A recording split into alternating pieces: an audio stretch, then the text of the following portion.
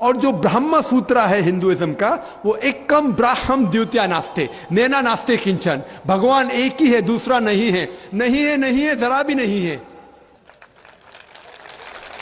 تو میں کہوں گا ہندو سے کم از کم آپ کی کتاب میں دیکھو بھگوان ایک ہے، نہ اس کا بت ہے، آپ ایک بھگوان کی عبادت کرو اور کسی کی مت کرو۔ تو پہلے پہ میں اس سے قبول کراؤں گا لا الہ الا اللہ کہ بھگوان ایک ہے۔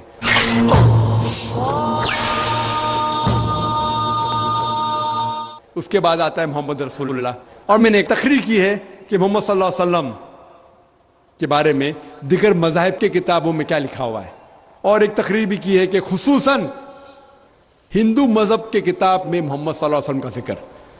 تو میں اسے یہ ثابت کروں گا، وقت نہیں ہے کہ میں ایک تقریر کروں محمد صلی اللہ علیہ وسلم کے بارے میں ہندو مذہب میں، لیکن محمد صلی اللہ علیہ وسلم کا ذکر ہندو مذہب کی کئی کتابوں میں ہے۔ آپ اگر پڑھیں گے بھوشیہ پرانا پرو 3 پرو 3 کھنڈ 3 ادھیائے 3 شلوکا 5 سے 8 میں محمد صلی اللہ علیہ وسلم کا ذکر ہے۔ بھوشیہ پرانا پرو 3 کھنڈ 3 ادھیائے 3 شلوکا 10 سے 27 تک کے اس کا ذکر ہے محمد صلی اللہ علیہ وسلم کا۔ محمد صلی اللہ علیہ وسلم کا ذکر ہے کنٹب سکتا میں اتھروا وید کتاب نمبر 20 ہم نمبر 127 شلوکا نمبر 1 سے 14۔ محمد صلی اللہ علیہ وسلم کا ذکر کئی جگہ ہندو مذہب کتابوں میں ہے، اور خصوصاً ایک پرانا ہے کل کی پرانا چیپٹر نمبر 2 شلوکا نمبر 4 5 7 9 11 اور 15 میں ذکر ہے کہ ایک کل کی اوتار آئیں گے جس کے ماں کا نام ہے سمتی، جس کے معنی امن، اور ہم جانتے ہیں محمد صلی اللہ علیہ وسلم کی والدہ کا نام تھا آمنہ۔ اس میں لکھا ہے اس کے والد کا نام ہوگا وشنو یاش، مطلب بھگوان کے پوجنے والا، خدا کے پوجنے والا، اور محمد صلی اللہ علیہ وسلم کے والد کا نام تھا عبداللہ۔ اس میں ذکر ہے کہ وہ پیدا ہوں گے سنبھالا میں، سنبھالا مطلب امن کی جگہ، جسے ہم کہتے ہیں مکہ بھی امن کی جگہ ہے۔ اس بھوشیہ وانی میں لکھا ہوا ہے کہ وہ پیدا ہوں گے 12ویں تاریخ مادھو کے مہینے میں۔ ہم جانتے ہیں محمد صلی اللہ علیہ وسلم پیدا ہوئے 12ویں ربیع اول میں۔ اس میں لکھا ہوا ہے کہ وہ آخری انتم رشی ہوں گے۔ ہم جانتے ہیں محمد صلی اللہ علیہ وسلم آخری نبی ہے، سورہ احزاب سورہ نمبر 33 آیت نمبر 40 میں۔ اس میں کئی پروفیسیز، کئی چیزیں لکھے ہوئے کہ ان کے 4 ساتھیاں ہوں گے جو خلفاء راشدین کے بارے میں، ان کو ایک گھوڑا دیا جائے گا تلوار کے ساتھ۔ ہم جانتے ہیں محمد صلی اللہ علیہ وسلم کو براق دیا گیا تھا، جن نے معراج پہ گئے تھے براق کے ساتھ، اور پوری تقریریں جو 1.5 گھنٹے کی کر سکتے صرف محمد صلی اللہ علیہ وسلم کا ذکر ہندو مذہب کی کتابوں میں۔ تو میں کہوں گا وہ ہندو سے آپ کے مذہب میں لکھا ہوا کہ انتم رشی آنے والے ہیں، اور محمد صلی اللہ علیہ وسلم کا ذکر نام محمد سے ہے، احمد سے بھی ہے کئی جگہ پہ۔ اتر چک منترا نمبر 1500 آپ اگر پڑھیں گے یجوروید چیپٹر 31 ورس نمبر 18 ان کا ذکر ہے۔ اتھروا وید بک نمبر 20 ہم نمبر 126 ورس نمبر 14 میں ان کا نام لکھا گیا ہندو مذہب کی کئی کتابوں میں۔ نارا شنسا، نارا مینس نر انسان، شنسا مینس جس کی پرشنسا ہوتی ہے، تعریف ہوتی ہے، انہیں تعریف کرنے کے لائق آدمی۔ اور جب محمد کا ترجمہ کرتے صلی اللہ علیہ وسلم کا، اس کے معنی بھی ہے تعریف کے لائق انسان۔ تو محمد کا ترجمہ کا سنسکرت میں کریں گے اس کا ہوگا نرشنسا، اور یہ لفظ نرشنسا ہندو مذہب کی کتاب میں کئی جگہ لکھا ہوا ہے، کئی جگہ، کئی سینکڑوں جگہ۔ رگ وید بک نمبر 1 ہم number 13 verse number 3، Rig Veda book number 1 ہم number 18 verse number 9، Rig Veda book number 1 ہم number 106 verse number 4، Rig Veda book number 2 ہم نمبر 3 ورس number 2، Rig Veda book number 5 ہم number 5 verse number 2، Rig Veda بک نمبر 7 ہم نمبر 5 ورس نمبر 2۔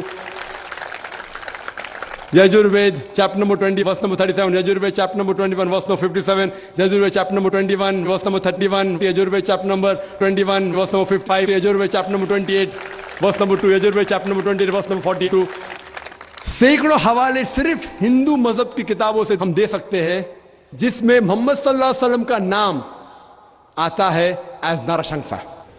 سو میں ہندو سے کہوں گا کہ آپ کی ہندو مذہب کی کتاب میں لکھا ہوں کہ ایک بھگوان ہے، ایک ہی خدا ہے، نہ اس کا کوئی بت ہے، بت پرستی کرنا حرام ہے، اور کئی پیغمبر ہے، آخری پیغمبر محمد صلی اللہ علیہ وسلم ہے۔ تو میں کہوں گا کہ آپ کی کتاب میں لکھا ہے کہ ایک خدا ہے اور آخری پیغمبر محمد صلی اللہ علیہ وسلم ہے، اور آپ کو جو پیغام وہ لے کے آتا ہے اس کی بات کو ماننا چاہیے، اور وہ پیغام کیا ہے؟ قرآن اور صحیح حدیث. تو اگر آپ ہندو مذہب کی کتابوں کا مطالعہ کریں گے آپ کو یقین رکھنے پڑے گا ایک خدا میں اور محمد صلی اللہ علیہ وسلم. اسی طریقے سے ہم جب عیسائی سے بات کرتے ہیں اس کے بائبل سے ثابت کر سکتے ہیں ایک خدا ہے. عیسیٰ علیہ السلام خدا نہیں ہے، وہ خدا کے بیٹے نہیں ہیں. بائبل کے اندر ذکر ہے کہ محمد صلی اللہ علیہ وسلم آنے والے ہیں. تو اس طریقے سے میں کہوں گا غیر مسلم سے کہ کم از کم آپ کی کتاب کو مانیں گے تو آپ کو یقین رکھنے پڑے گا ایک خدا میں. اور اللہ کا ذکر بھی ہے ہندو مذہب کی کتاب میں، عیسائی مذہب کی کتاب میں، لیکن اس کے لیے آپ کو تھوڑا جد و جہد کرنے پڑے گا، جہاد کرنے پڑے گا. جہاد مطلب نہیں جھگڑا، وہ غیر مسلمان سے جھگڑا نہیں کرنے پڑے گا. جد و جہد کرنے پڑے گا مطلب تھوڑی تحقیق کرنے پڑے گا، جہاد کرنے پڑے گا. میں کیا کر رہا ہوں؟ جہاد کر رہا ہوں. میں ہزاروں میل دور ادھر آیا کیا کرنے کے لیے؟ جہاد کرنے کے لیے، کسی کا قتل کرنے کے لیے نہیں. جد و جہد کرنے کے لیے کہ لوگوں کو اسلام کا پیغام دینے کے لیے آئے میں. تو اسی طریقے سے ہر انسان اگر قرآن اور حدیث کے اوپر عمل کرے اور اپنے دین کو پھیلائے تو انشاءاللہ آج کی تاریخ میں مسلمان کی حالت اور بہتر ہوگی انشاءاللہ.